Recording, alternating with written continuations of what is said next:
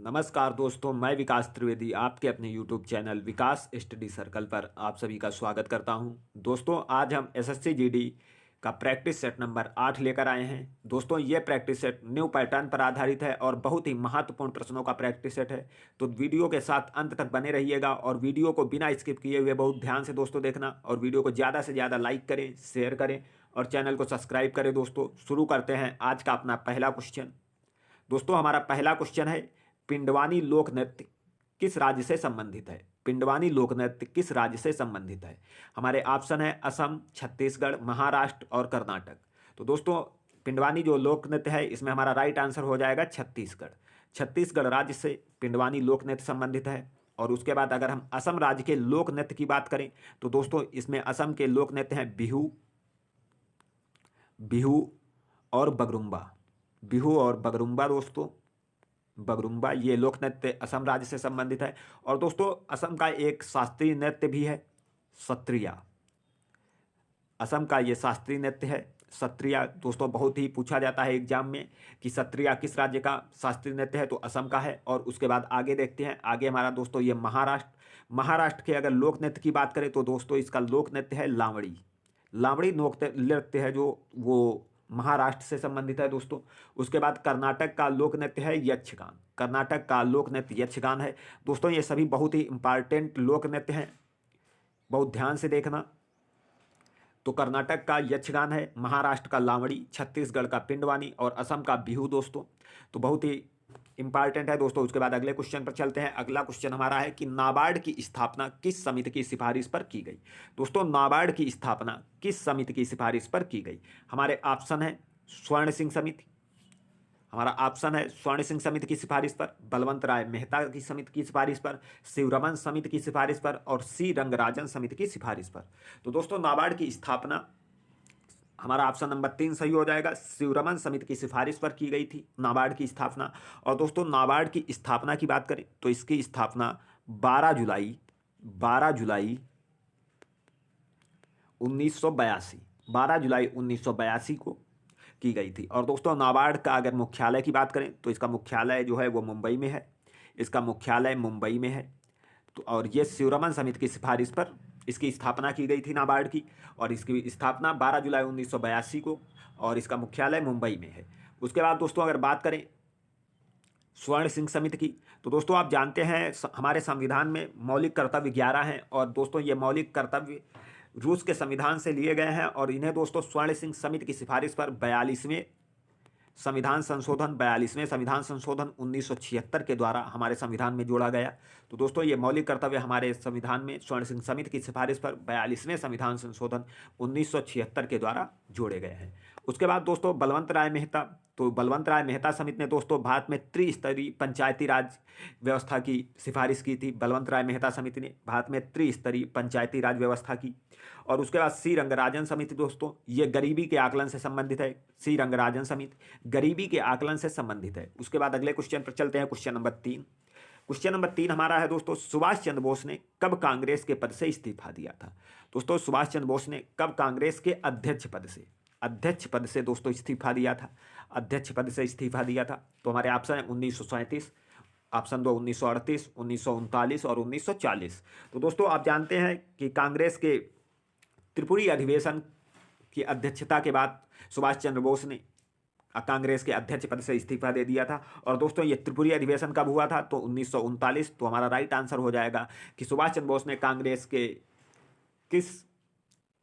कब इस्तीफा दिया था? तो 1939 में। और 1939 में दोस्तों त्रिपुरी अधिवेशन हुआ था जिसकी अध्यक्षता सुभाष चंद्र बोस ने की थी। 1938 में दोस्तों हरिपुरा अधिवेशन हुआ था।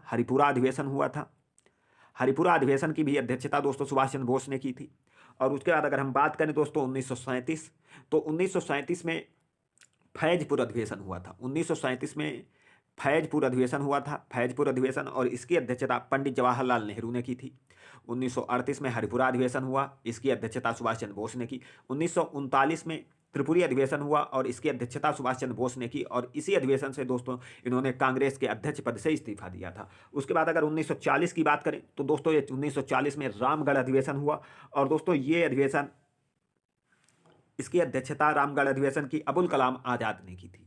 अबुल कलाम आज़ाद ने की। उसके बाद क्वेश्चन नंबर 4 पर चलते हैं। क्वेश्चन नंबर 4 हमारा है कि स्ट्रेट फ्रॉम द हार्ट पुस्तक के लेखक कौन है? स्ट्रेट फ्रॉम द हार्ट पुस्तक के लेखक कौन है? हमारे ऑप्शन है कपिल देव, युवराज सिंह, सचिन तेंदुलकर, सुरेश रैना।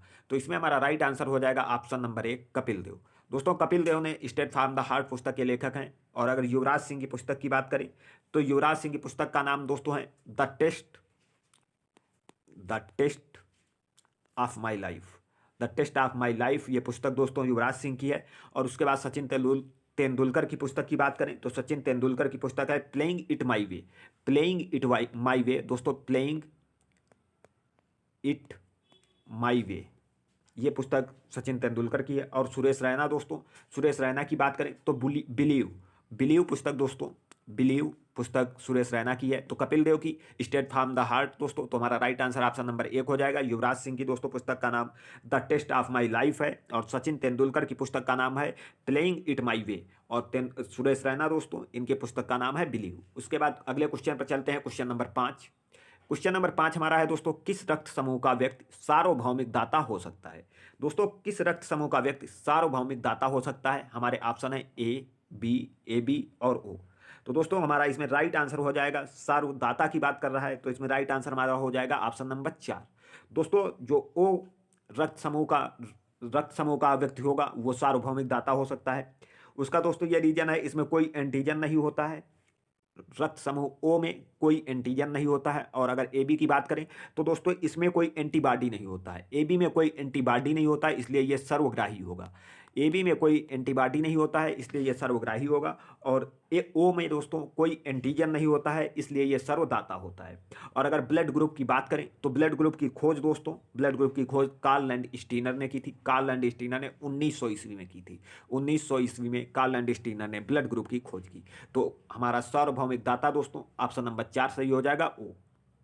उसके बाद अगले क्वेश्चन पर चलते हैं, क्वेश्चन नंबर 6। भारत का नेपोलियन किस गुप्त सम्राट को कहा जाता है? दोस्तों किस गुप्त शासक को भारत का नेपोलियन कहा जाता है? हमारे ऑप्शन है चंद्रगुप्त फर्स्ट, समुद्रगुप्त, कुमारगुप्त, स्कंदगुप्त। तो दोस्तों इसमें हमारा राइट आंसर हो जाएगा ऑप्शन नंबर 2 समुद्रगुप्त। दोस्तों भारत का नेपोलियन समुद्रगुप्त को कहा जाता है। और दोस्तों समुद्रगुप्त का दरबारी कवि कौन था? तो हरिसेन। समुद्रगुप्त का दरबारी कवि हरिसेन था दोस्तों। और कुमारगुप्त की बात करें तो दोस्तों इन्होंने नालंदा विश्वविद्यालय की स्थापना किसने कराई? नालंदा विश्वविद्यालय की स्थापना कुमारगुप्त ने कराई थी। और स्कंदगुप्त दोस्तों, तो सुदर्शन झील का पुनरुद्वार यानी जीर्णोद्वार दूसरी बार दोस्तों स्कंदगुप्त ने कराया था। पुनरुद्वार जो दूसरी बार कराया वो स्कंदगुप्त ने कराया। दोस्तों पहली बार सुदर्शन झील का जीर्णोद्वार रुद्रदामन, शक शासक रुद्रदामन ने कराया था। और दूसरी बार इसका पुनरुद्वार स्कंदगुप्त ने कराया। उसके बाद दोस्तों अगले क्वेश्चन पे चलते हैं। हमारा अगला क्वेश्चन है क्वेश्चन नंबर 7। ओपेक का मुख्यालय कहाँ स्थित है? दोस्तों हमारा क्वेश्चन है कि ओपेक का मुख्यालय कहाँ स्थित है? हमारे ऑप्शन है जेनेवा, ब्रुसेल्स, मनीला और वियना। दोस्तों अगर बात करें ओपेक के मुख्यालय की तो इसमें हमारा राइट आंसर हो जाएगा Vienna, option number 4। Option number 4 हमारा सही हो जाएगा कि वियना में दोस्तों ये ओपेक का मुख्यालय वियना है। और उसके बाद बात करें अगर जिनेवा की तो जिनेवा आप जानते हैं, जिनेवा दोस्तों, जिनेवा में WTO, WHO और उसके बाद दोस्तों ILO। और दोस्तों ब्रुसेल्स बेल्जियम में नाटो का मुख्यालय है। ब्रुसेल्स बेल्जियम में नाटो का मुख्यालय है दोस्तों। नाटो का मुख्यालय ब्रुसेल्स बेल्जियम में है। मनीला दोस्तों ADB, एशियाई डेवलपमेंट बैंक का मुख्यालय, ADB का मुख्यालय दोस्तों मनीला फिलीपींस में है ADB। और ओपेक का मुख्यालय वियना। दोस्तों ओपेक की अगर बात करें तो ये तेल आयातक और निर्यात करने वाले कंट्री का दोस्तों ओपेक कहा जाता है। उसके बाद दोस्तों पेट्रोलियम उत्पादक जो देश होते हैं दोस्तों उनके संगठन को ओपेक कहा गया है। पेट्रोलियम उत्पादक जो देश हैं उन्हें ओपेक कहा गया है। और दोस्तों इसका मुख्यालय ओपेक का वियना में है। और जिनेवा में दोस्तों WTO, WHO, ADB दोस्तों WHO, WTO और ILO का। WHO जिनेवा दोस्तों, WHO, WTO और ILO ये दोस्तों 3 मुख्यालय जिनेवा में है। ब्रुसेल्स में दोस्तों नाटो का है, नाटो। और मनीला में दोस्तों ADB, ADB यानी Asian development bank, Asian development bank. और हमारे क्वेश्चन का राइट आंसर क्या होगा? ओपेक। ओपेक का दोस्तों ये वियना में मुख्यालय है। उसके बाद अगले क्वेश्चन पर चलते हैं। क्वेश्चन नंबर 8 दोस्तों, मुगल वंश के संस्थापक बाबर ने किस युद्ध में विजय के बाद गाजी की उपाधि धारण की? दोस्तों हिस्ट्री की क्लास में हमने आपको बताया था कि मोस्ट इंपॉर्टेंट क्वेश्चन है कि मुगल वंश पूरा इंपॉर्टेंट है दोस्तों, ये सभी एग्जामों की दृष्टि से। तो दोस्तों इसमें पूछा गया है कि मुगल वंश के संस्थापक बाबर ने किस युद्ध में विजय के बाद गाजी की उपाधि धारण की थी? तो हमारा इसमें राइट आंसर हो जाएगा दोस्तों क्या? हमारे ऑप्शन है दोस्तों पानीपत का युद्ध, प्रथम युद्ध, खानवा का युद्ध, चंदेरी का युद्ध, घाघरा का युद्ध। तो इसमें हमारा राइट आंसर हो जाएगा ऑप्शन नंबर 2 खानवा का युद्ध। दोस्तों खानवा का युद्ध किसके मध्य हुआ था? तो बाबर और राणा सांगा के मध्य हुआ था, और इसमें दोस्तों बाबर विजयी हुआ था। और दोस्तों इसी युद्ध की विजय के बाद बाबर ने गाजी की उपाधि धारण की थी। इसी युद्ध में विजय के बाद बाबर ने गाजी की उपाधि धारण की थी। और दोस्तों ये खानवा का युद्ध हुआ कब था? खानवा का युद्ध दोस्तों 17 मार्च 1527 को, 17 मार्च 1527 ईस्वी को खानवा का युद्ध हुआ था। अगर बात करें दोस्तों हम पानीपत के प्रथम युद्ध की, तो दोस्तों पानीपत का प्रथम युद्ध 21 अप्रैल 1526 ईस्वी, 1526 ईस्वी। दोस्तों ये युद्ध हुआ था बाबर और इब्राहिम लोदी के मध्य, और दोस्तों इसी युद्ध के बाद बाबर ने भारत में मुगल वंश की स्थापना की थी। उसके बाद अगर हम बात करें दोस्तों चंदेरी के युद्ध की, तो चंदेरी का युद्ध हुआ था 1528 ईस्वी में, 29 जनवरी 1528 को। और दोस्तों ये युद्ध मेदनी राय और बाबर के मध्य हुआ था। उसके बाद अगर घाघरा के युद्ध की बात करें हम, तो घाघरा का युद्ध 6 मई 1529 ईस्वी को हुआ। और दोस्तों ये बाबर और अफगानों के मध्य हुआ था। दोस्तों बाबर और अफगानों के मध्य ये घाघरा का युद्ध हुआ था। तो दोस्तों हमारे क्वेश्चन का राइट आंसर क्या हो जाएगा कि बाबर ने गाजी की उपाधि किस युद्ध के बाद धारण की? तो खानवा युद्ध के बाद बाबर ने गाजी की उपाधि धारण की थी। उसके बाद दोस्तों अगले क्वेश्चन पर चलते हैं। क्वेश्चन नंबर 9 हमारा है दोस्तों सबसे गर्म ग्रह है। दोस्तों सबसे गर्म ग्रह है, हमारे ऑप्शन है बुध, शुक्र, बृहस्पति, मंगल। बुध, शुक्र, बृहस्पति, मंगल दोस्तों ये हमारे ऑप्शन है। तो सबसे गर्म ग्रह कौन सा है? तो इसमें हमारा राइट आंसर हो जाएगा ऑप्शन नंबर 2 शुक्र दोस्तों ये सबसे गर्म ग्रह है। और दोस्तों ये पृथ्वी का सबसे निकटतम है। पृथ्वी के सबसे निकटतम कौन सा ग्रह है? तो शुक्र है। और दोस्तों इसे पृथ्वी का भगिनी ग्रह भी कहा जाता है, यानी दोस्तों इसे पृथ्वी की बहन भी कहा जाता है। पृथ्वी की बहन शुक्र ग्रह को कहा जाता है। और दोस्तों ये सबसे चमकीला भी है। शुक्र जो है वो सबसे चमकीला भी है, सबसे चमकीला ग्रह तो शुक्र है। और अगर बुध की बात करें तो दोस्तों ये सूर्य का सबसे नज़दीकी ग्रह है। सूर्य का सबसे नज़दीकी ग्रह बुध है और पृथ्वी का सबसे नज़दीकी शुक्र है। तो दोस्तों बुध जो है वो सूर्य का सबसे नज़दीकी है। और दोस्तों उसके बाद ये बुध जो है वो सबसे छोटा ग्रह है। सबसे छोटा ग्रह बुध है और सबसे बड़ा बृहस्पति। और दोस्तों बृहस्पति जो है वो सबसे बड़ा ग्रह है और इसका एक उपग्रह है ज्ञानीमीड। वो सभी उपग्रहों में सबसे बड़ा है ज्ञानीमीड।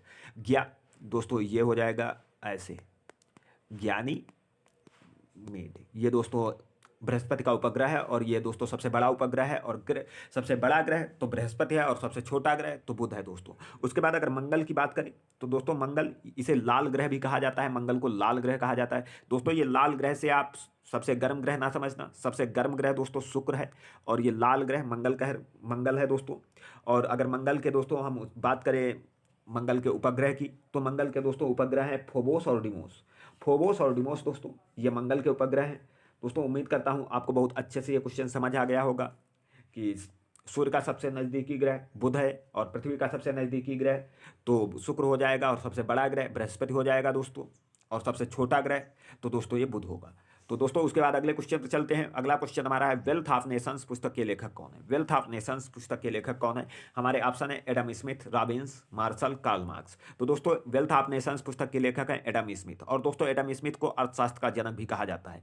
अर्थशास्त्र का जनक दोस्तों एडम स्मिथ को कहा जाता है। वेल्थ ऑफ नेशंस पुस्तक के लेखक एडम स्मिथ हैं दोस्तों। उसके बाद अगर हम बात करें कार्ल मार्क्स की, तो इनकी पुस्तक का नाम दोस्तों क्या है? दास कैपिटल दोस्तों कार्ल मार्क्स की पुस्तक है दोस्तों। और अगर मार्शल की बात करें तो दोस्तों प्रिंसिपल ऑफ इकोनॉमिक्स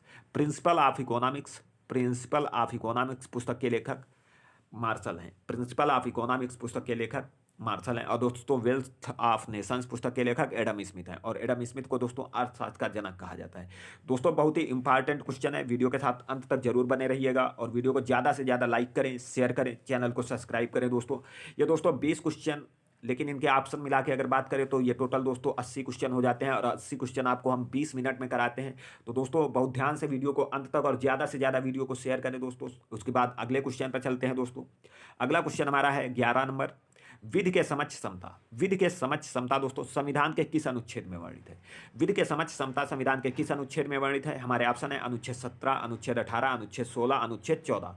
तो दोस्तों इसमें हमारा राइट आंसर हो जाएगा, विधि के समक्ष समता की बात करें तो अनुच्छेद 14 हमारा राइट आंसर हो जाएगा। और उसके बाद अगर बात करें हम दोस्तों, विधि के समक्ष समता जो है वो अनुच्छेद 14 में वर्णित है। और अनुच्छेद 17 में दोस्तों अस्पृश्यता का अंत। दोस्तों अनुच्छेद जो हमारा 17 है वो अस्पृश्यता का अंत, अस्पृश्यता का अंत दोस्तों अनुच्छेद 17 में वर्णित है। और उसके बाद अगर अनुच्छेद 18 की बात करें तो उपाधियों का अंत, उपाधियों का अंत दोस्तों, उपाधियों का अंत अनुच्छेद 18 कहता है। और अनुच्छेद 16 की बात करें तो अनुच्छेद 16 दोस्तों लोक नियोजन, लोक नियोजन में अवसर की समानता, लोक नियोजन में अवसर की समानता दोस्तों ये इससे संबंधित है। और विधि के समक्ष समता अनुच्छेद 14 हमारा ऑप्शन नंबर 4 सही हो जाएगा। उसके बाद दोस्तों अगले क्वेश्चन पर चलते हैं, क्वेश्चन नंबर 12। क्वेश्चन नंबर 12 हमारा है कि वायुमंडलीय दाब का एसआई पद्धति में मात्रक क्या होगा? दोस्तों वायुमंडलीय दाब का एसआई पद्धति में मात्रक क्या होगा, ये हमारा क्वेश्चन नंबर 12 है। ऑप्शन हमारे हैं बार, पास्कल, डाइन, अर्ग। तो दोस्तों वायुमंडलीय दाब की अगर बात करें एसआई पद्धति के मात्रक की तो इसका राइट आंसर हो जाएगा बार। और दोस्तों अगर पास्कल की बात करें तो पास्कल दोस्तों ये दाब का मात्रक है, दाब का मात्रक पास्कल है, दाब का। और दोस्तों वायुमंडलीय दाब का मात्रक तो बार, और दाब का मात्रक तो पास्कल। और दोस्तों ये डाइन की बात करें तो ये डाइन दोस्तों बल का जो है वो सीजीएस पद्धति में मात्रक है, सीजीएस पद्धति में बल का मात्रक डाइन है। और दोस्तों कार्य का सीजीएस पद्धति में मात्रक अर्ग है, कार्य का सीजीएस पद्धति में मात्रक दोस्तों अर्ग है। और कार्य बल का सीजीएस पद्धति में मात्रक डाइन है। और बल के अगर दोस्तों एसआई पद्धति की बात करें तो बल का एसआई पद्धति में मात्रक न्यूटन है। और कार्य का एसआई पद्धति में मात्रक की बात करें तो जूल है। तो दोस्तों ये क्वेश्चन आपको समझ आ गया होगा। उसके बाद अगले क्वेश्चन पर चलते हैं, क्वेश्चन नंबर 13। दोस्तों क्वेश्चन नंबर 13 है वायुमंडल में सबसे अधिक मात्रा में पाया जाने वाला अक्रिय गैस है। वायुमंडल में सबसे अधिक मात्रा में पाया जाने वाला अक्रिय गैस कौन सी है? तो हमारे ऑप्शन है हीलियम, जेनान, आर्गन, रेडान। तो दोस्तों इसमें हमारा राइट आंसर हो जाएगा argon, option number 3। Option number 3 दोस्तों वायुमंडल में सबसे अधिक मात्रा में पाया जाने वाला अक्रिय गैस है आर्गन। उसके बाद दोस्तों आगे देखते हैं, ये आर्गन की बात अगर करें तो आर्गन की खोज दोस्तों रैमजे ने की दोस्तों, आर्गन की खोज रैमजे नामक वैज्ञानिक ने की। और दोस्तों ये आर्गन जो है वो वायुमंडल में सबसे अधिक मात्रा में पाई जाने वाली गैस है। और रेडान की अगर बात करें हम, रेडान की बात करें तो इसका उपयोग दोस्तों, रेडान का उपयोग रेडियोथेरेपी के रूप में दोस्तों कैंसर के इलाज में किया जाता है। रेडियोथेरेपी के रूप में दोस्तों, रेडियोथेरेपी के रूप में कैंसर के इलाज में किया जाता है रेडान का। और हीलियम ये दोस्तों गुब्बारों में भरी जाने वाली गैस हीलियम है। और जेनान की बात करें तो इसे दोस्तों स्ट्रेंजर गैस भी कहते हैं, इसे। और दोस्तों यह सर्वाधिक यौगिक बनाने वाली गैस है, तो ये स्ट्रेंजर गैस जेनान है। उसके बाद अगले क्वेश्चन पर चलते हैं। अगला क्वेश्चन दोस्तों हमारा है क्वेश्चन नंबर 14 कि प्रोटीन की फैक्ट्री के नाम से किस कोशिकांग को जाना जाता है? प्रोटीन की फैक्ट्री के नाम से किस कोशिकांग को जाना जाता है? हमारे ऑप्शन है माइटोकॉन्ड्रिया, गाल्जिकाय, लाइसोसोम, राइबोसोम। तो इसमें दोस्तों हमारा राइट आंसर हो जाएगा ऑप्शन नंबर 4 राइबोसोम। प्रोटीन की फैक्ट्री के नाम से राइबोसोम को जाना जाता है। और दोस्तों ये कोशिका का सबसे छोटा कोशिकांग है।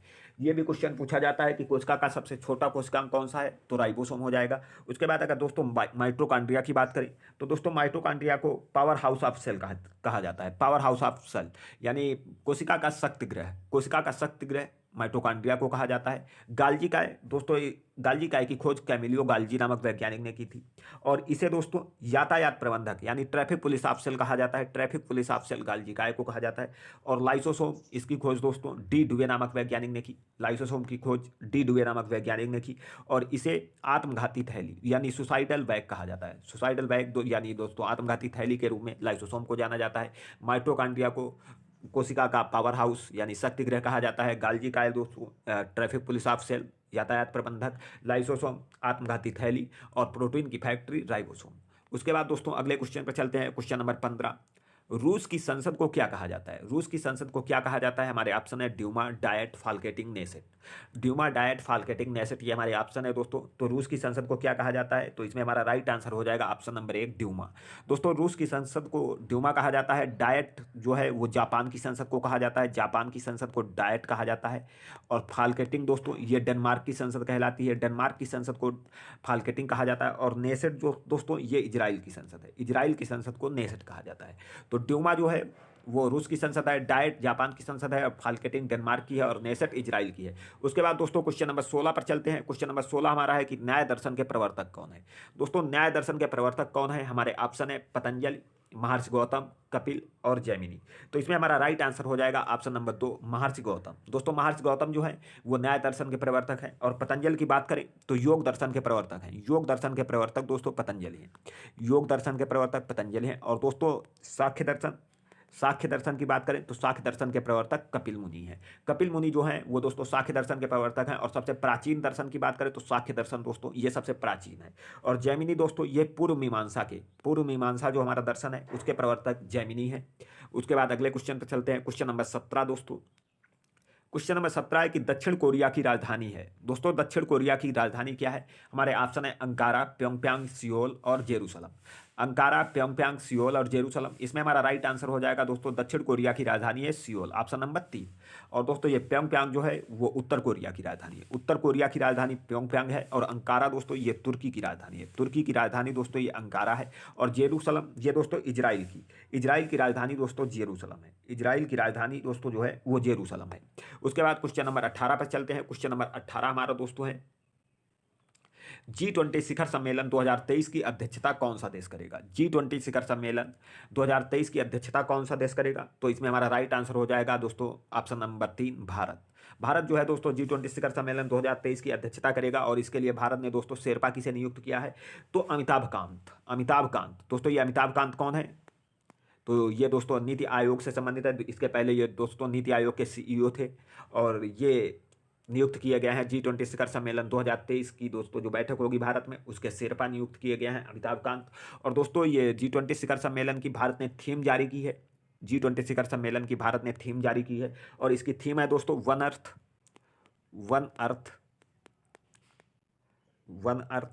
वन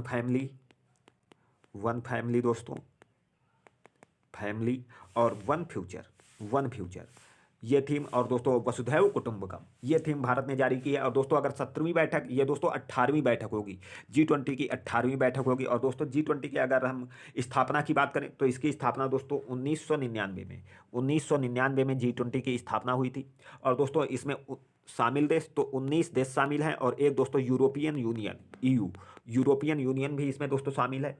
और इसकी 17वीं बैठक जो हुई थी दोस्तों, ये भारत 18वीं बैठक की अध्यक्षता करेगा। और 17वीं बैठक दोस्तों अभी 2022 में इंडोनेशिया में हुई थी। और इंडोनेशिया के बाली शहर में, बाली इंडोनेशिया में हुई थी। उसके बाद अगले क्वेश्चन पर चलते हैं। क्वेश्चन नंबर 19 दोस्तों। क्वेश्चन नंबर 19 हमारा है भारत का प्रथम पशु स्वास्थ्य शिखर सम्मेलन 2022 में आयोजित किया गया। तो दोस्तों भारत का प्रथम पशु स्वास्थ्य शिखर सम्मेलन 2022 में कहाँ आयोजित किया गया? हमारे ऑप्शन है गुरुग्राम, दिल्ली, चेन्नई, बेंगलुरु। तो इसमें हमारा राइट आंसर हो जाएगा ऑप्शन नंबर 2 दिल्ली में। तो दोस्तों भारत का प्रथम पशु स्वास्थ्य शिखर सम्मेलन 2022 में दिल्ली में आयोजित किया गया। उसके बाद आज दोस्तों ये हमारा प्रैक्टिस सेट 8 का अंतिम क्वेश्चन है। क्वेश्चन नंबर 20 सबसे अधिक वेधन क्षमता होती है। दोस्तों सबसे अधिक वेधन क्षमता किस किरण की होती है? तो हमारे ऑप्शन है अल्फा किरण की, गामा किरण की, बीटा किरण की या एक्स किरणों की। तो इसमें दोस्तों हमारा राइट आंसर हो जाएगा ऑप्शन नंबर 2 गामा किरणों की। गामा किरणों की वेधन क्षमता सबसे अधिक होती है दोस्तों। और सबसे अधिक आयनन क्षमता जो होती है दोस्तों, आयनन क्षमता ये अल्फा किरणों की होती है। सबसे अधिक आयनन क्षमता अल्फा किरणों की होती है। और गामा किरणों की खोज दोस्तों किसने की थी? तो पाल विलार्ड दोस्तों, ये हम क्वेश्चन आपको बता चुके हैं पहले भी। और दोस्तों अगर एक्स किरणों की बात करें तो एक्स किरणों की खोज रांजन नामक वैज्ञानिक ने की थी। रांजन नामक वैज्ञानिक ने दोस्तों एक्स किरणों की खोज की। और दोस्तों ये एक्स किरणें जब कैथोड किरण किसी उच्च परमाणु क्रमांक वाली, दोस्तों जब कैथोड किरणें किसी उच्च परमाणु क्रमांक वाली धातु पर गिरती हैं तो उससे एक्स किरणें उत्पन्न होती हैं। तो दोस्तों ये एक्स किरणें कैसे उत्पन्न होती हैं? तो जब कैथोड किरणें उच्च परमाणु क्रमांक वाली किसी धातु पर गिरती हैं तो ये एक्स किरणें उत्पन्न होती हैं। और दोस्तों ये उच्च परमाणु क्रमांक वाली धातु कौन सी है? जैसे टंगस्टन ये उच्च परमाणु क्रमांक वाली धातु है दोस्तों। और इस पर जब कैथोड किरणें गिरती हैं तो एक्स किरणें उत्पन्न होती हैं। दोस्तों अगर आपको ये वीडियो अच्छा लगा हो तो वीडियो को ज़्यादा से ज़्यादा लाइक करें, शेयर करें और चैनल को सब्सक्राइब करें। दोस्तों मिलते हैं अगली क्लास में, तब तक के लिए धन्यवाद। जय हिंद।